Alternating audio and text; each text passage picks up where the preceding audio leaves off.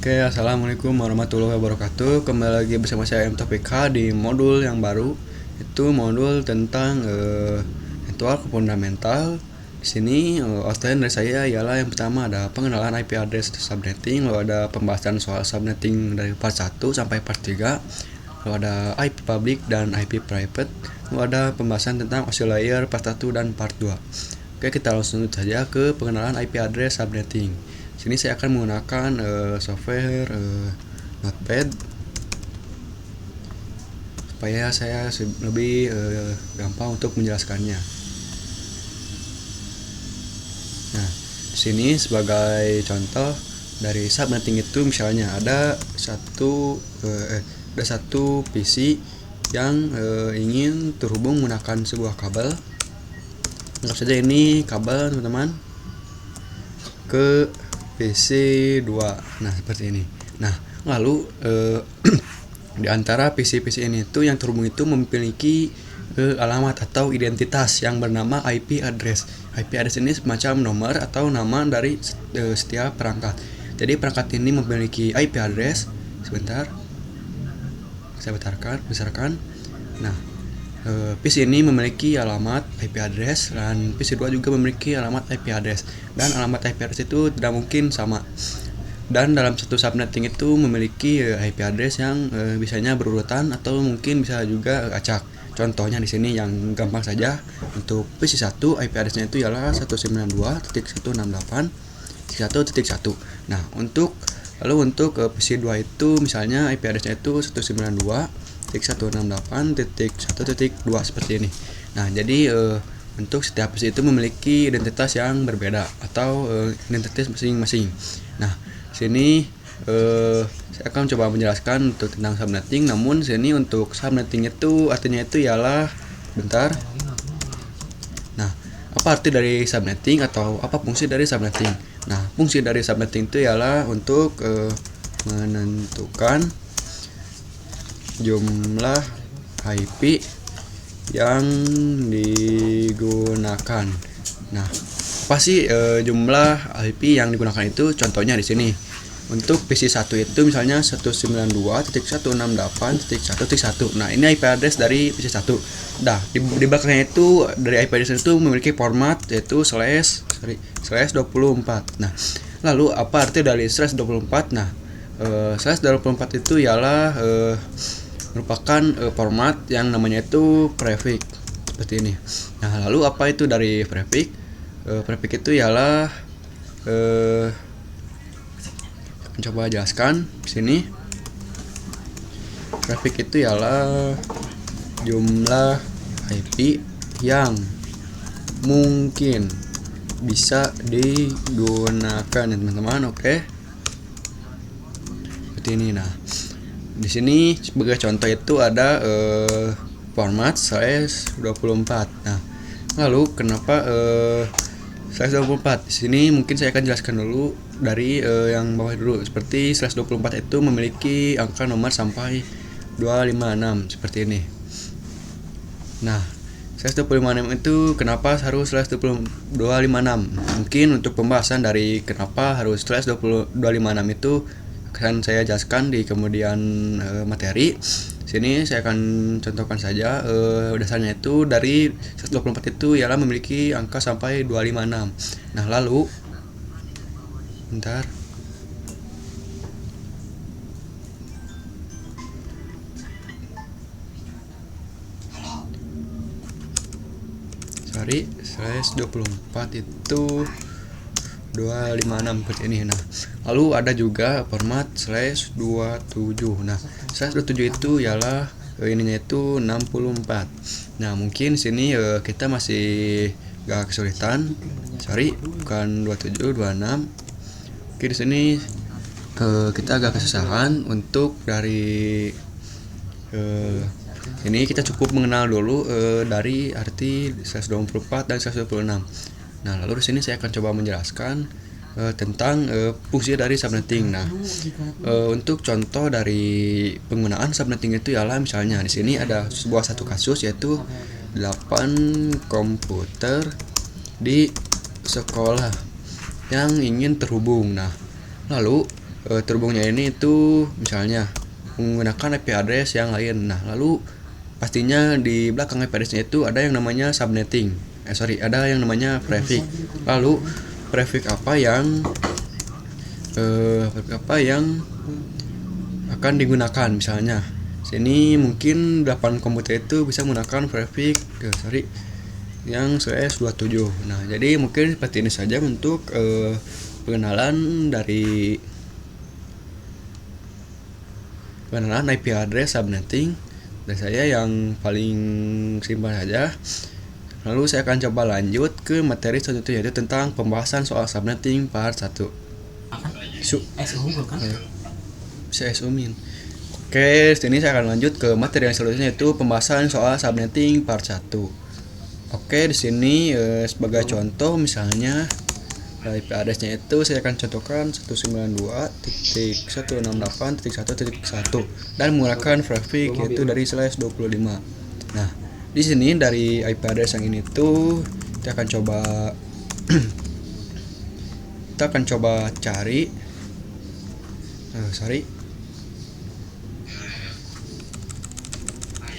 kita akan cari total IP-nya, lalu cari subnet mask, lalu IP network, IP broadcast, dan IP range-nya. Oke, di sini saya akan coba dari yang awal dulu, yaitu kita akan coba mencari total IP dari IP yang di atas. Nah, sini kita coba masukkan ada 2 cara, yaitu ada cara yang mudah dan cara yang sulit. Nah, untuk cara yang sulit itu ialah kita harus mengkomunikasikan dulu si IP address ini itu menjadi bilangan biner, yaitu yang 101001 kayak gitu. Tapi di sini saya akan coba menggunakan cara yang mudah saja, yaitu dengan menggunakan cara mudah itu ialah kita akan masukkan rumus. Nah, rumusnya itu ialah sini rumusnya itu ialah 32. Nah, lalu 32 ini itu dari mana? Nah, untuk 32 ini itu dari format dari IP address yang ini. Nah, IP address ini itu format itu ialah 32 bit. Jadi di sini saya masukkan dulu format 32 bit dari IP yang ini. Nah, lalu 32 ini itu ialah dikurangi dari prefix yang digunakan. Prefix ini. Nah, hasilnya kita coba hitung sini itu 32 dari 32 bit dikurangi prefix yang digunakan yaitu 125. Jadi 32 kurangi 25 sama dengan hasilnya itu ialah 7. Nah, jadi 32 kurang 25 itu 7. Nah, lalu kita masukkan lagi satu rumus dari sini. Itu rumusnya itu ialah 2 pangkat 7. Nah, lalu 7-nya itu dari mana? 7-nya itu hasil dari 32 bit dikurangi prefix 25 yaitu 7. Nah, lalu yang 7-nya itu kita masukkan ke sini. Lalu untuk pangkat ini itu bukan hasil dari mana-mana, tapi ini tuh hak paten atau rumus yang ada dari sananya. Jadi mau kita di sini hasilnya 32 ataupun sebagainya, rumus yang digunakan itu awalnya itu pangkat 2. Jadi 2 pangkat itu 2 pangkat 7. 2 pangkat rumus dari sananya, lalu 7-nya itu dari hasil dari 32 bit dikurangi prefix yang digunakan. Oke, seperti ini. Jadi hasilnya itu ialah 128. Nah, 128 ini itu hasil dari dari rumus yang kita gunakan untuk mencari total IP dari IP yang kita gunakan, yaitu yang 192.168.1.1/25. Oke, seperti ini mungkin untuk rumus dari mencari total IP. Selanjutnya kita coba cari subnet mask-nya. Dan sebenarnya untuk subnet mask itu tidak semua perusahaan menggunakan subnet mask ataupun juga prefix. Namun sini saya akan coba menjelaskan tentang materi dari subnet mask. Oke, kita lanjut ke pengertian dari subnet mask. Nah, untuk subnet itu yaitu fungsinya itu seperti subnetting, itu menentukan jumlah IP yang digunakan. Namun sini saya akan coba perjelas lagi. Kalau tidak semuanya itu menggunakan subnet mask ataupun prefix. Contohnya di sini untuk Mikrotik itu dia menggunakan yang namanya prefix. Nah, lalu kalau dari Untuk dari Cisco itu menggunakan subnet mask. Nah, lalu untuk Windows itu menggunakan subnet mask juga. Nah, jadi di sini mungkin ada perbedaan dari setiap brand atau perusahaan. Seperti Mikrotik dia menggunakan grafik, lalu dari Cisco menggunakan subnet mask, dan Windows juga menggunakan subnet mask. Jadi mungkin ada sedikit perbedaan atau pengertian di sini perbedaannya. Lalu kita coba lanjut ke pengertian subnet mask itu. Oke, di sini saya akan coba masukkan rumusnya yaitu 256. Nah, dari mana angka 256 ini? Nah, sebenarnya itu 256 itu ialah dari total IP yang ada di sini, yaitu angka dari IP versi 4. Nah, jadi angka IP dari versi 4 itu ialah dari 0 sampai 255. Jadi bisa kita simpulkan hasil dari 0 sampai 255 itu ialah 256. Jadi kalau ada yang tanya 256 ini dari mana, itu dari angka IP versi 4 itu dari yang 0 sampai 255. Jadi 256 di sini. Lalu dikurangi total IP. Bisa kita masukkan rumusnya di sini. Tapi sini 256 dikurangi total IP yaitu 128. Seperti ini. Yang akan hasilnya itu ialah 128. Seperti ini. Jadi hasilnya itu 128, lalu kita masukkan di sini ke hasil dari subnet mask atau subnettingnya itu, yaitu subnet mask hasilnya itu ialah 255.255.255.128. Jadi untuk subnet masknya dari IP yang 192.168.1.125 itu ialah 255.255.255.128 jikalau kita menggunakan subnet mask ya teman-teman. Oke. Jadi seperti ini. Lalu kita coba lanjut ke pengertian atau rumus dari IP network. Lalu di sini untuk IP networknya itu kita masukkan rumus yaitu IP pertama dari hasil dari total IP, yaitu pertama itu ialah 0 ya. Lalu di sini bisa kita masukkan lagi itu dari IP terakhir. Oke, seperti ini. Nah, IP terakhirnya itu ialah 127 seperti ini. Lalu dari hasil 127 itu kita bisa tambahkan lagi rumus 128.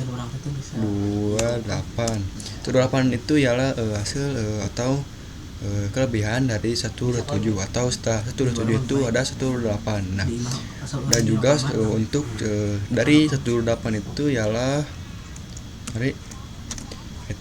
IP network yang tidak bisa digunakan. Lalu di bawahnya ini juga kita bisa masukkan lagi yang subnet mask 255. Itu subnet mask 255 juga itu subnet mask yang seperti IP network yang tidak bisa digunakan juga.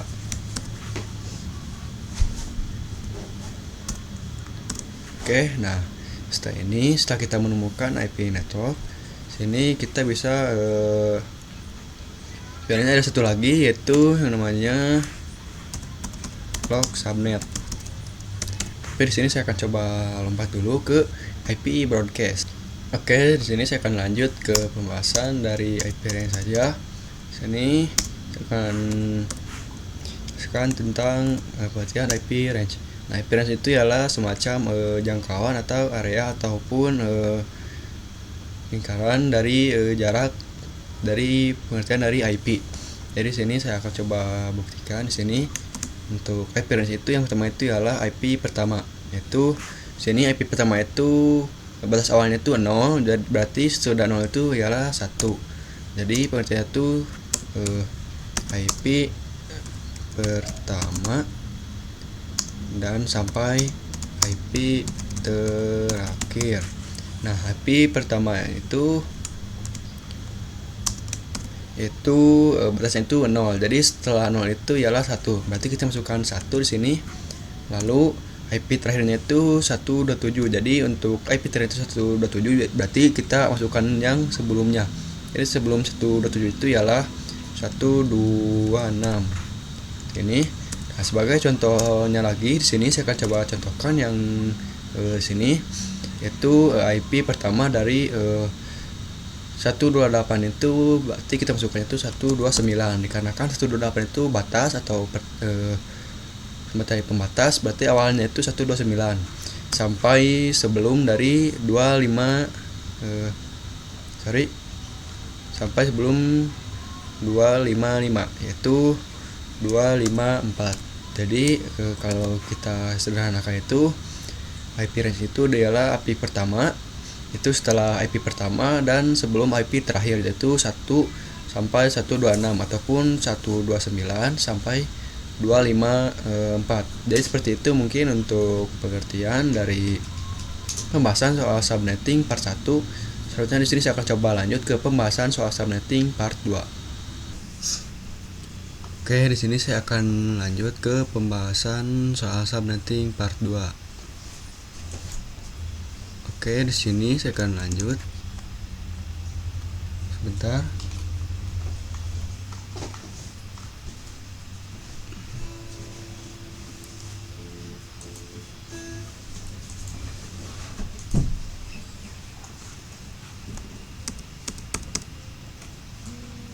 Oke.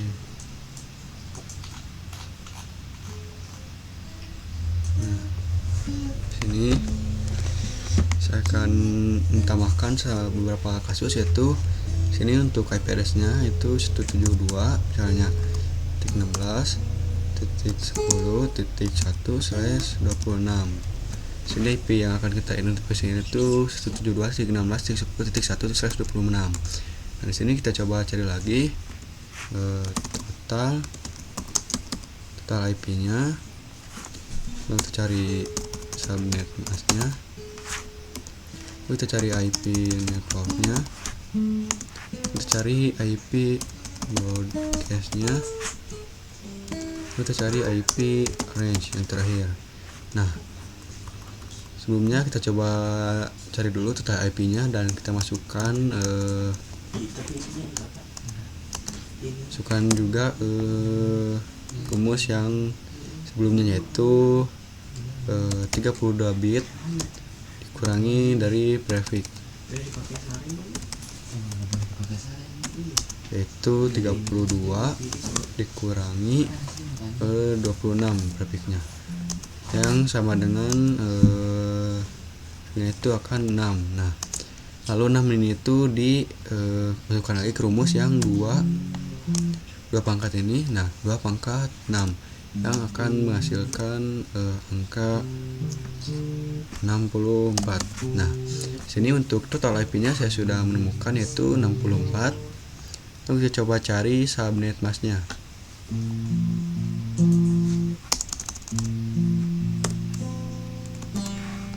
Oke, nah sini saya akan coba mencari subnet masknya dengan menggunakan rumus sama seperti yang di atas, yaitu 256 dikurangi total IP. Nah, total IP-nya itu setelah kita ketahui yaitu ini 64. Nah, ini akan menghasilkan hasil 256 dikurangi 64 itu 192. Nah, seperti ini. Lalu kita masukkan juga ke dalam rumusnya, yaitu sama seperti yang di atas, yaitu 255.255.255.192. Seperti ini, kita tutup kurung. Oke, subnet masknya itu sudah ketemu. Kita lanjut cari IP networknya. Nah, IP networknya itu sama seperti di atas, yaitu kita harus mencari angka awal dari hasil yang sudah kita temukan, yaitu angka awalnya itu 0 seperti ini. Nah, lalu di bawahnya itu bisa kita tambahkan juga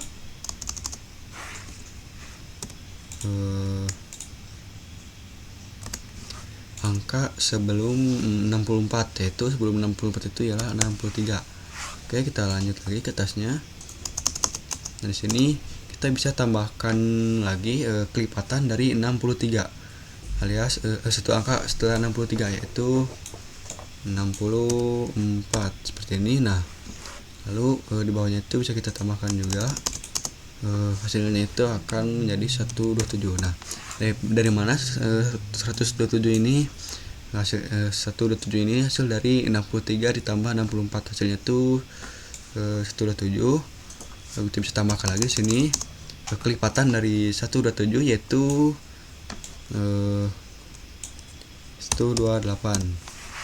Nah, setelah kita tambahkan juga 128, setelah 127 yaitu 128. Nah, selanjutnya di sini kelipatan dari 128 itu ialah akan ke 191 seperti ini. Nah, setelah 191 kita kembali lagi ke atas. Nah, yang atas itu angka setelah 191 yaitu 192 seperti ini. Lalu di bawahnya itu bisa kita tambahkan lagi kelipatannya yaitu 255 seperti ini. Nah, sini untuk IP network dan IP broadcastnya sudah ketemu. Kita lanjut ke IP range-nya. Kita masukkan langsung saja rumusnya, yaitu misalnya IP range-nya itu yang pertama itu ada 1, itu sudah 0 sampai sebelum 64, yaitu 63 seperti ini.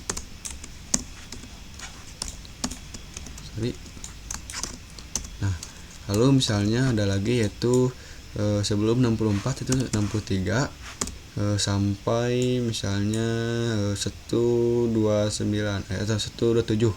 Setelah 127 yaitu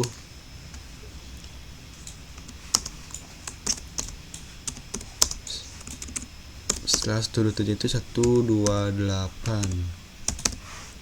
Oke, ini contoh yang kedua. Lalu misalnya di sini ada lagi yaitu sebelum 128 setelah 128 itu 129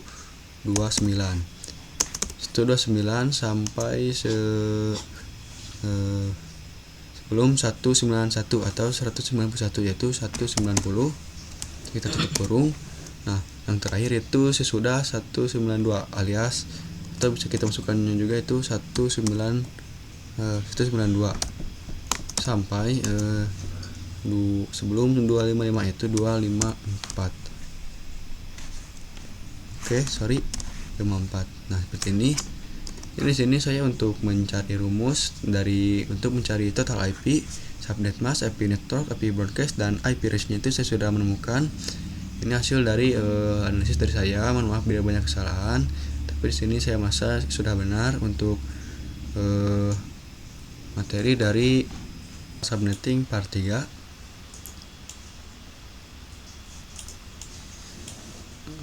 Nah, di sini saya akan lanjut lagi dengan studi kasus yang berbeda, yaitu untuk IP yang akan saya gunakan itu ialah IP 10.10.10.25/28. Misalnya seperti ini. Lalu misalnya kita coba cari lagi, yaitu dari total IP-nya, lalu cari subnet mask-nya, kita cari IP network-nya, cari IP broadcast-nya, dan yang terakhir kita akan cari IP range-nya. Nah, oke, kita lanjut saja ke mencari total IP-nya.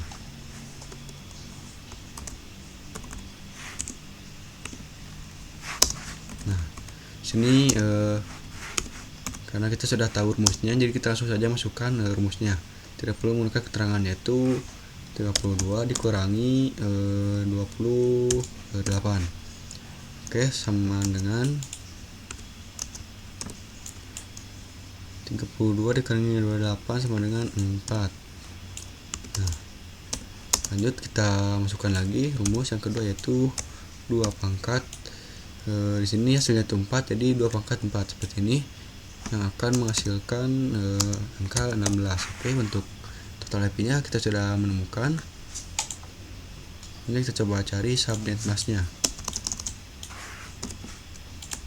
Oke, di sini subnet masknya itu menggunakan rumus 256 dikurangi 16 yang akan menghasilkan angka 240. Nah, sini setelah kita menemukan angka dari hasil rumus yang tadi, kita masukkan langsung ke subnet masknya itu 255.255.240 seperti ini. Oke, selanjutnya kita coba cari IP networknya.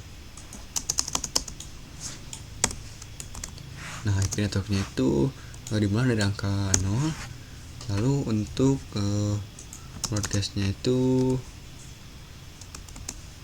di sini akan mulai dari sebelum angka 16 yaitu 15. Oke. Nah, lalu sininya kita tambahkan lagi satu angka setelah 15 yaitu 16. Lalu untuk yang di bawahnya itu kita hitung 15 tambah 16 itu akan menghasilkan angka 31. Oke. Lalu di sini setelah 31 itu angka 32. Lalu kita masukkan lagi ke bawah hasil kekuatan 32 itu ialah 47. Lalu kita masukkan lagi di sini satu lagi, misalnya ya contoh setelah 47 yaitu 48.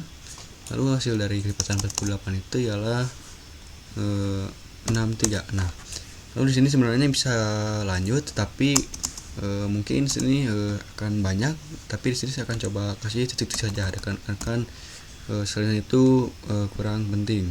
Jadi saya sampai 63 saja. Oke, sini untuk IP network dan IP broadcastnya sudah ketahuan.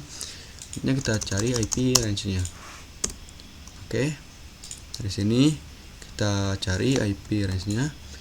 Dimulai dari angka setelah 0 yaitu 1 sampai sebelum 15 yaitu 14 seperti ini.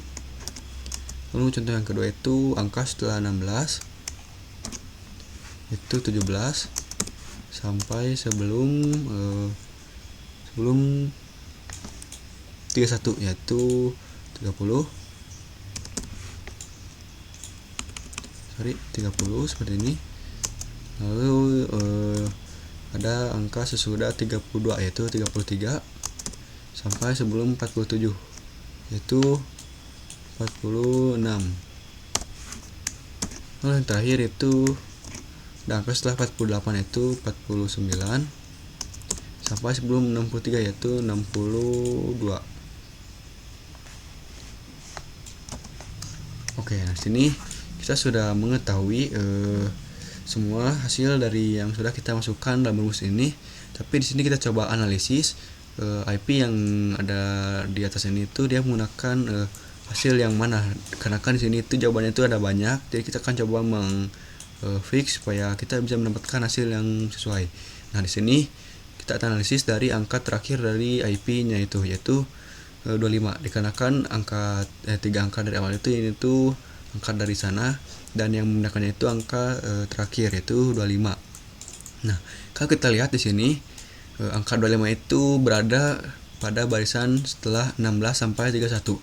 Dikarenakan dari 16, 17, 18, 19, 20, 21, 2 sampai 25 itu dia masih nyampai. Dikarenakan 16 sampai 31 itu dia masih dalam golongan. Kalau dari 0 sampai 15 atau 1 sampai 14 ini dia tidak akan sampai ke 25.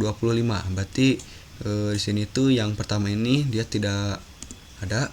Lalu kalau kita coba lihat yang kedua yaitu ada 17 sampai 30. Di sini 25 itu dia masuk kategorinya. Berarti di sini kita bisa masuk ke 17 sampai 30. Dan kalau dari 33 sampai 36 itu dia terlalu jauh, jadi kita hapus saja. Nah, jadi untuk IP range dari yang digunakan ini itu dari IP 17 sampai 30. Nah, jadi untuk dari IP network dan broadcastnya itu juga ini yang 0 kita hapus saja, dan yang 15 kita hapus. Oke, dan yang terakhir yang ini terhapus saja dikarenakan yang fake itu yang ini. Oke, nah di sini bisa kita tentukan untuk IP networknya itu dia dari 16 dan IP broadcastnya itu dia sampai 31, atau dari IP range-nya itu di IP yang ini tuh menggunakan IP range dari 17 sampai 30. Oke, mungkin seperti ini untuk pengenalan pembahasan soal subnetting part 3. Selanjutnya di sini saya akan coba lanjut ke materi selanjutnya, yaitu IP public dan IP private. Oke, saya akan lanjut ke materi selanjutnya. Kita coba buka. Sini saya akan coba lanjut untuk pembahasan dari IP private versus IP public.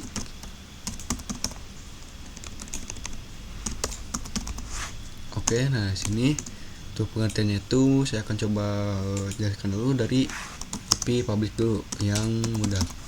Oke, nah sini pengertian dari IP public itu ialah IP yang bisa digunakan atau diakses dimanapun.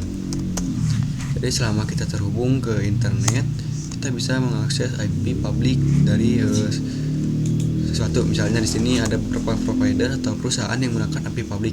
Sebagai contoh misalnya ada Google, ada YouTube, lalu ada Facebook, lalu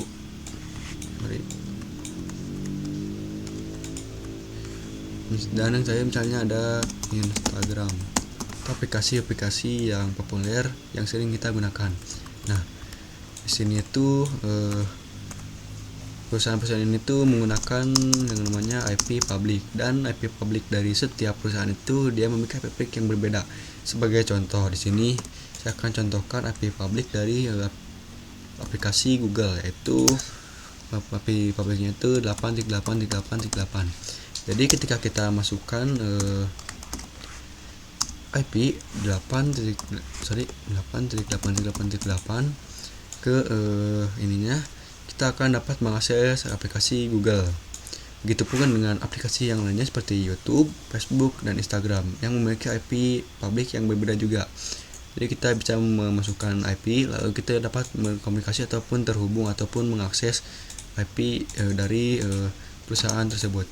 Oke, seperti ini mungkin pengertian dasar dari IP public tersebut. Karena IP public itu simple. Lalu sini saya akan coba jelaskan dari IP private. Nah, sini untuk IP private itu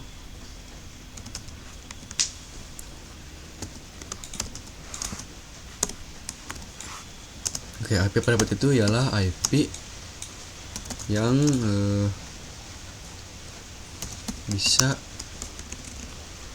hanya bisa diakses di jaringan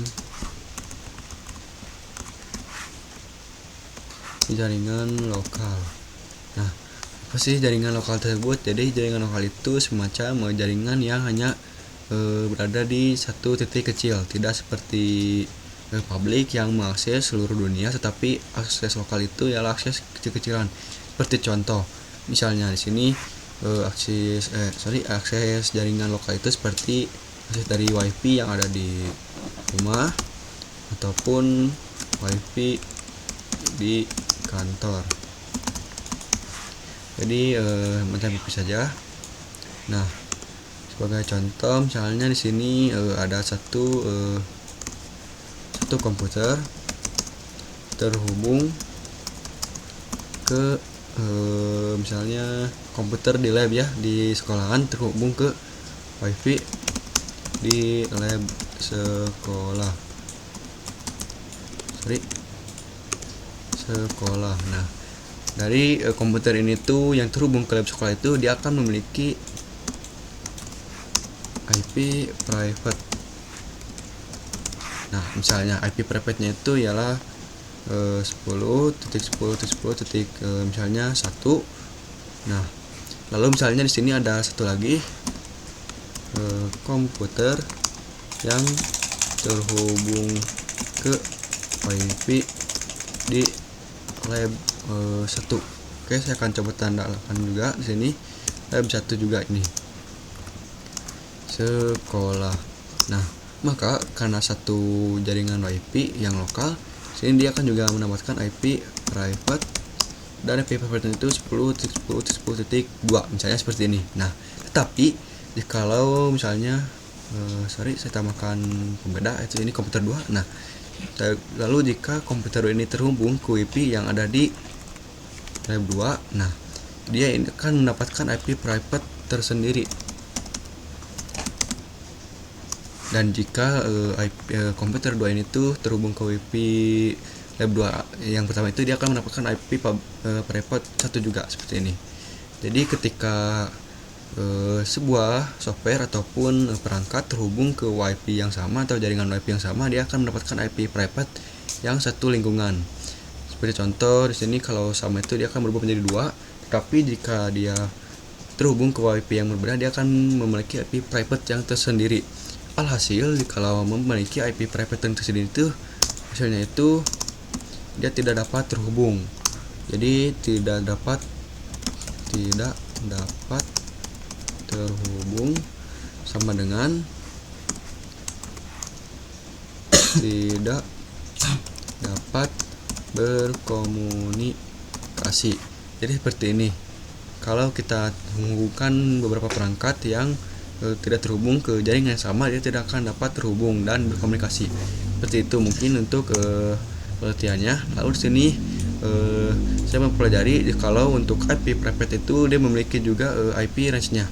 Sini saya akan coba jelaskan dulu IP range dari IP private. Oke, sebagai contoh di sini IP range dari IP private itu ialah mulai dari 10.10.10.0 sampai 10.255.255.255 sampai sini sampai 255. Lalu ada yang 172.16.0.0 sampai 172.31.255.255. Lalu ada yang terakhir ialah IP dari 192.168.sekian sampai ke 192.168.255.255 seperti ini. Nah, ini IP range dari private. Jadi kita bisa menggunakan IP range misalnya yang versi 10.10.10. Kita bisa menggunakan IP 110.10.10.1 .2.3.4 sampai ke berubah menjadi 10.255.255.255. Oke, misalnya sini IP yaitu misalnya 2. Lalu yang di bawah itu bisa kita misalnya menggunakan yang IP 172.16. Misalnya 1.1. Kita bisa menggunakan IP ini sampai ke 172.31.255.255. Lalu yang terakhir itu yang paling populer yaitu 192.168 bisa kita sampai misalnya 1.10 misalnya. Nah, sini dari 192.168.1.10 sampai 192.168.255.255. Oke, mungkin seperti ini untuk penjelasan dari saya tentang IP private versus IP public. Oke, di sini saya akan coba lanjut ke materi selanjutnya yaitu OSI layer part 1. Oke, di sini saya akan coba lanjut ke pengertian dari OSI layer part 1. Nah, di sini saya akan coba sampaikan dulu. Di sini saya akan coba menjelaskan yang pertama itu ada yang namanya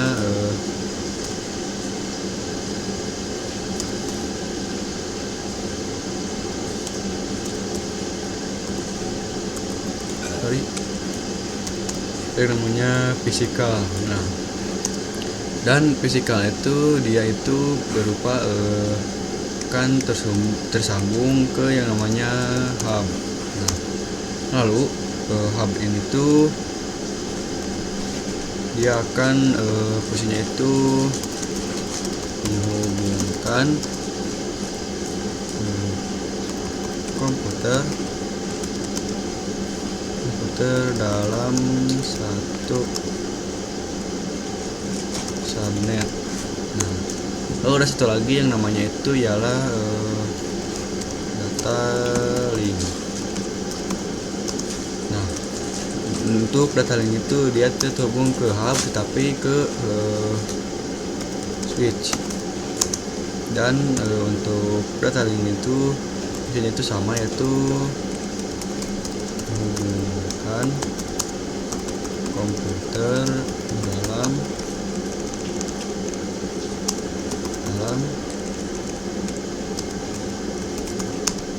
satu subnet. Oke, nah lalu apa perbedaan dari physical dan data link dalam OSI layar yang akan saya jelaskan? Oke, di sini untuk pengertiannya saya akan coba umpamakan menggunakan aplikasi Cisco Packet Tracer. Nah, di sini ada dua topologi. Yang pertama itu topologi 3 PC yang terhubung dan menggunakan sebuah hub. Nah, lalu yang kedua itu ada 3 topologi juga, 3 PC yang terhubung, namun di sini menggunakan switch. Jadi yang hub ini itu yang namanya physical. Lalu yang menggunakan switch itu yaitu, sebentar saya akan kasih nama dulu. Ini physical. Lalu kalau yang itu yang namanya data link seperti ini. Oke. Nah, ini ada physical, teman-teman. Lalu ada juga yang namanya data link.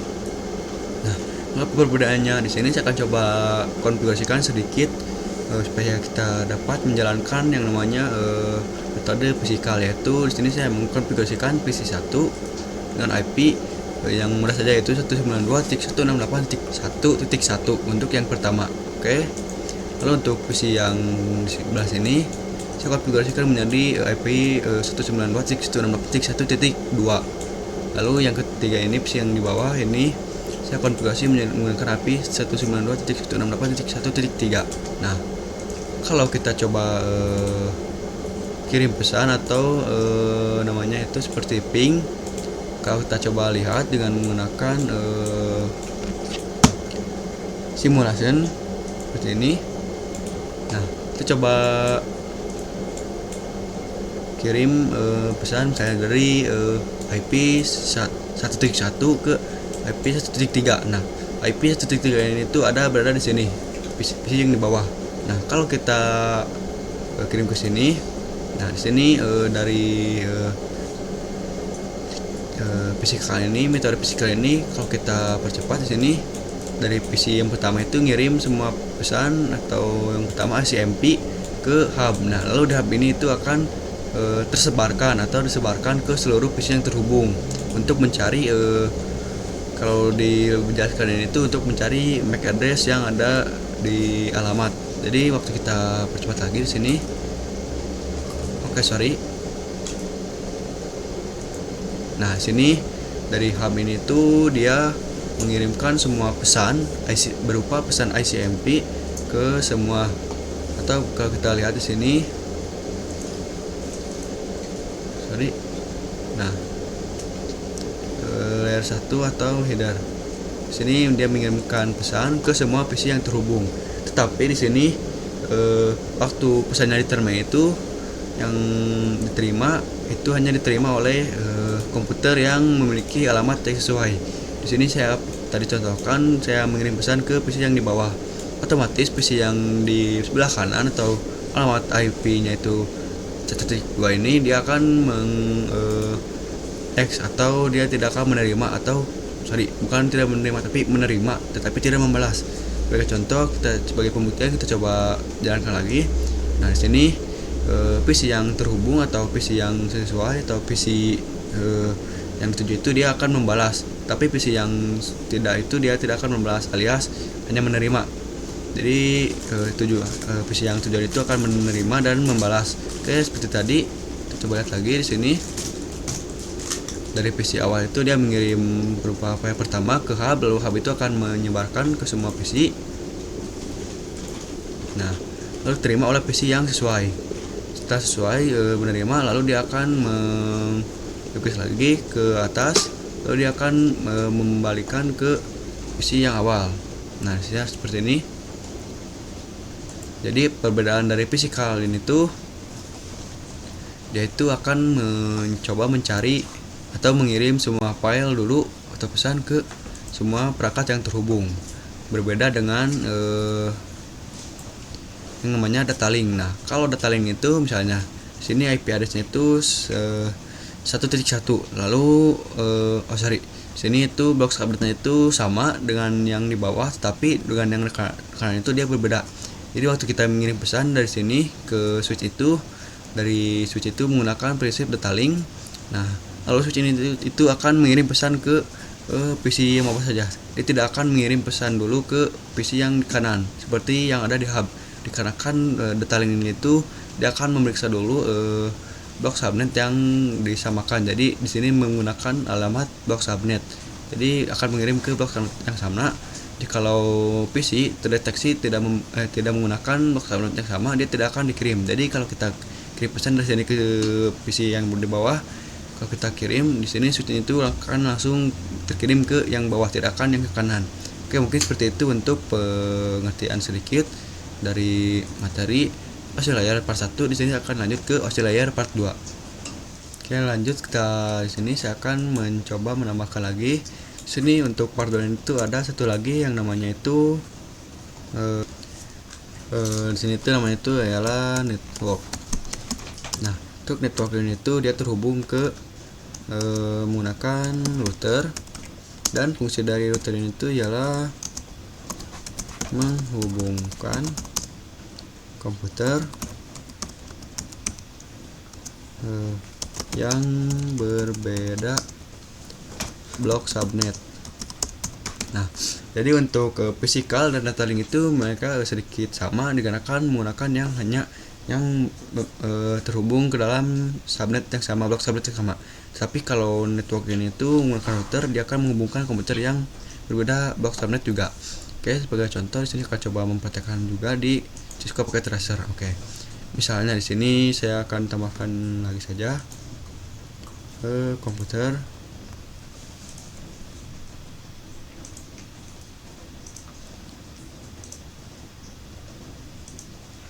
dan akan terhubung menggunakan router. Oke. Sini saya akan coba cari router. Misalnya di sini saya menggunakan router yang ini saja. Lalu kita coba sambungkan menggunakan kabel.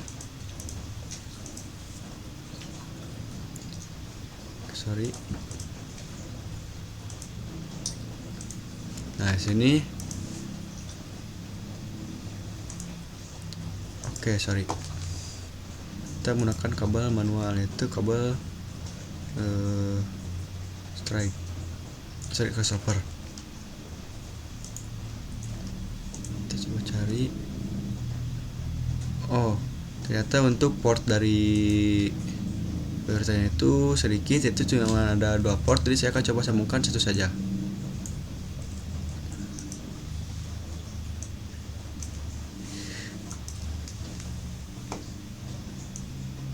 Nah, anggap di sini untuk PC yang di bawah itu terhubung ke atas juga. Nah, sebagai contoh di sini misalnya saya kasihkan IP address dari PC yang awal itu ialah 192.168.1.128. Oke. Lalu untuk yang kedua ini itu misalnya 172.16.1.128. Lalu yang di bawah misalnya terhubung juga. Di sini IP address-nya itu 192.168.1.129 seperti ini. Nah, di sini kalau kita perhatikan ketiga komputer ini tuh memiliki blok subnet yang berbeda. Namun mungkin ada yang sama seperti PC yang ini di sini tuh sama. Tapi di sini untuk PC yang sebelah sini tuh dia memiliki blok subnet yang berbeda. Nah, kalau menggunakan metode data link atau physical, oke. Sini itu network. Oke.